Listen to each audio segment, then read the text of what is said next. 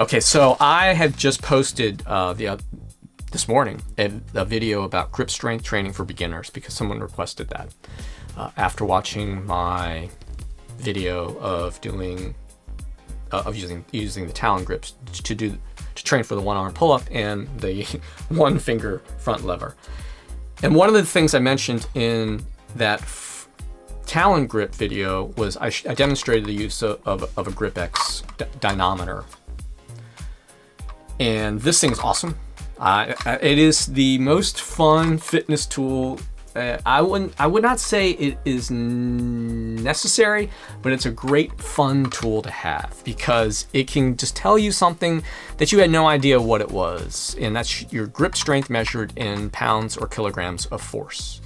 And in the video, in case you haven't seen it, you basically, this is a handle and a grip, and you basically are trying to pull the grip to the handle, compress it as much as possible, and it measures your how many pounds of force, if you're in imperial, or kilograms of force you have when you squeeze down on this.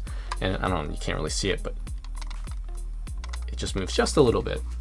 And in that talon video, I mentioned at my highest strength grip, and that was in training for American Ninja Warrior, it was roughly my actual body weight in pounds of force of here. So I was like 147 pounds at the time, and I did like 145.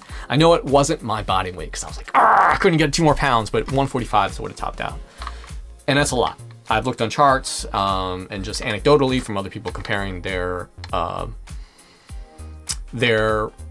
grip strength force using the GripX, because this is the de facto standard. I don't think there's even another one that, I'm sure there are other ones that exist, but this is the only one I've seen, and flat out. And more importantly, the absolute number, 145 pounds, is a lot, period, for any size human being. But more importantly, having that force relative to your body weight, that ratio is really, really high.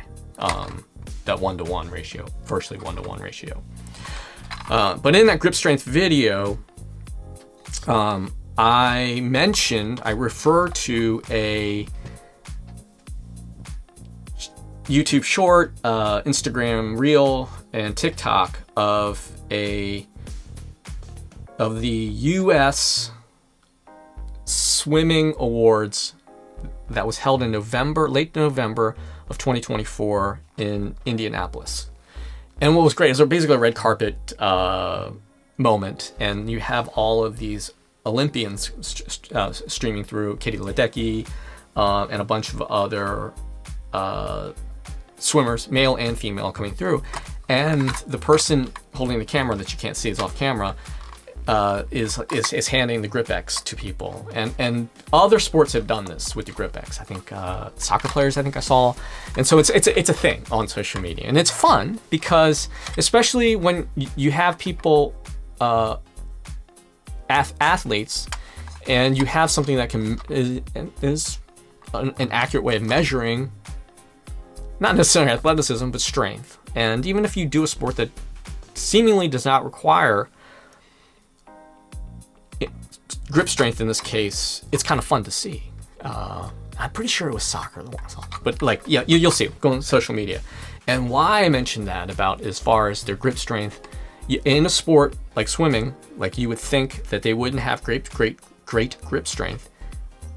That wasn't the case. What was amazing about that video, as I'm watching it, I'm trying to predict what the person's grip is going to be. So the women were giving roughly about 100, no more than 100 pounds of force, which is a lot because your average female swimmer, I'm gonna guess, is 125, 140 pounds, okay? The male, I looked it up, is the average weight of an Olympic level male swimmer is 176 pounds, 80 kilograms. So that said, I know what my grip strength is, and I know where it is relative to the population, and so I'm like trying to preemptively guess, like, hey, she's going to do this, and I'm like, holy cow, they got really a lot of grip strength.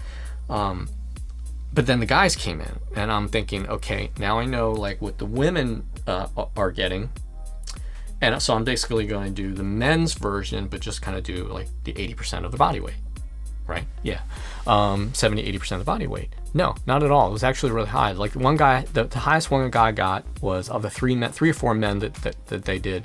He had 165 pounds of force, which I'm going to guess, without any relative measurement of like how big he was, I'm going to guess again, if his average is 176 pounds, 180 kilos.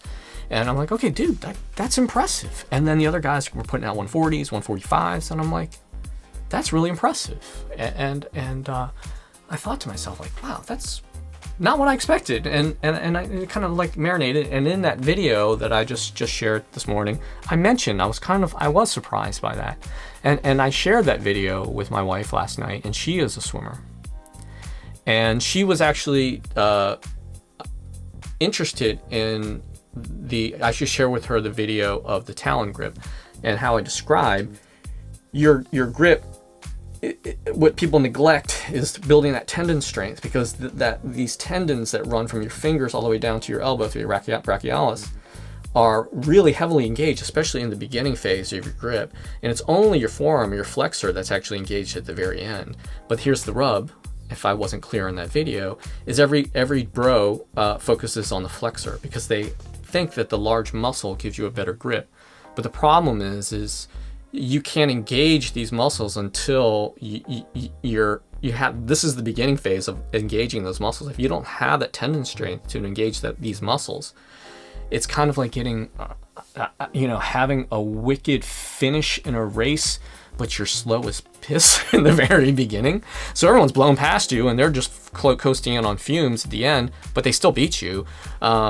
If that's an apt analogy. And that is why I shared that talent video, because like my grip strength is off the charts, because compared to when it was before, when I was actually working on my flexors, and I realized like having that muscle per se doesn't give you good grip strength. What it actually is that beginning phase of building that tendon strength. So and my wife is watching this with me, and she's like, oh wow, that actually makes sense. And she's a swimmer and very active, and it was refreshing to have someone who wasn't a physiology geek like me. Fun to have her watch it and see if how I explained it in that video was actually a good explanation. Because if it's not, I can learn how to tweak that explanation. She goes, oh, honey, that actually makes sense. And then I mentioned the thing about the swimmers, and she goes, you know what? That totally makes sense, because when we're swimming, your hand's out, your hand's in a flat position because you want a maximum paddle effect. And so it's that tension that you pull through, and then you want to reset as quickly as possible, right? Because you don't want to drag your hand slowly out of the back. You want to get it out and back in. And again, it's that tension, that constant time under tension when you're on the pull phase, and then as you're coming through and you're twisting, and then it comes out. So probably the amount of force you're under, the rep time isn't a lot, but you're repeating it over and over again, and the actual time under total tension is a lot. And she said, actually, that makes sense. The way you explained it in the talent video, it's this that makes you strong, not this. And that's why the point of this video is, and it all gelled, my crackpot theory of the tendon strength being the determiner of grip strength, to make sense. And that explains how on earth a swimmer who doesn't grip anything at all could have that really high grip strength.